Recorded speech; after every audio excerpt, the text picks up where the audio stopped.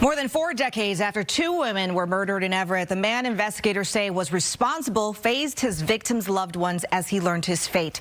Mitchell Gaff pleaded guilty to 2 counts of first-degree murder in 2 cold case killings from the 1980s after DNA evidence linked him to both crimes.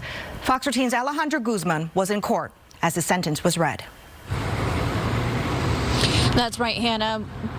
It was a very packed courtroom, as not only there, but also virtually, as family members spent hours this afternoon reliving just the heartbreak, grief, and the unanswered questions for decades as a judge sentenced Michael Gaff to 50 years to life in prison. Now, last month, Gaff pleaded guilty to murdering Judy Weaver in 1984 and Susan Vesey in 1980. 2 Everett cold cases solved through DNA evidence more than 40 years later. Inside that courtroom, family members described years of pain, waiting for answers.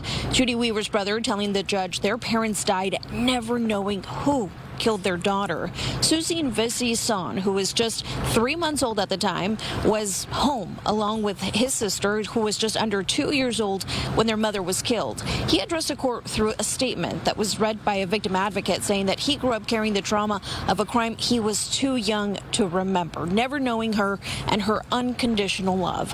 The courtroom also heard from one of Gaff's surviving victims, Jacqueline O'Brien, who described fighting for her life during a violent 1979 attack in Everett.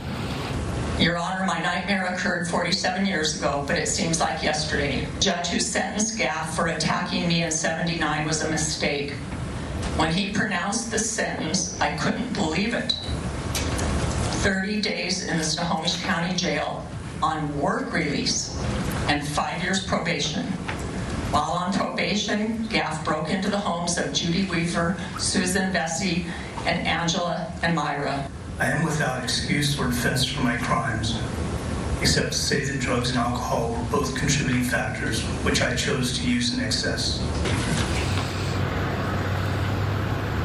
Now, before sentencing, as you just heard, Gaff apologized to his victims' families, blaming years of drug and alcohol abuse for his violent crimes, saying that he's been sober for 40 years. This case is very unique, as a judge had to consider sentencing standards under Washington's Sentencing Reform Act, which is the law that requires how criminal sentences are determined and weighed against public safety, criminal history, and proportional punishment. And because these crimes happened before Washington's current sentencing system took effect, the case was sentenced under older state guidelines. Again, I want to emphasize that the judge did sentence Gaff to 50 years to life in prison. That this means that at the age of 74, Gaff will be spending the rest of his life in prison. Back to you.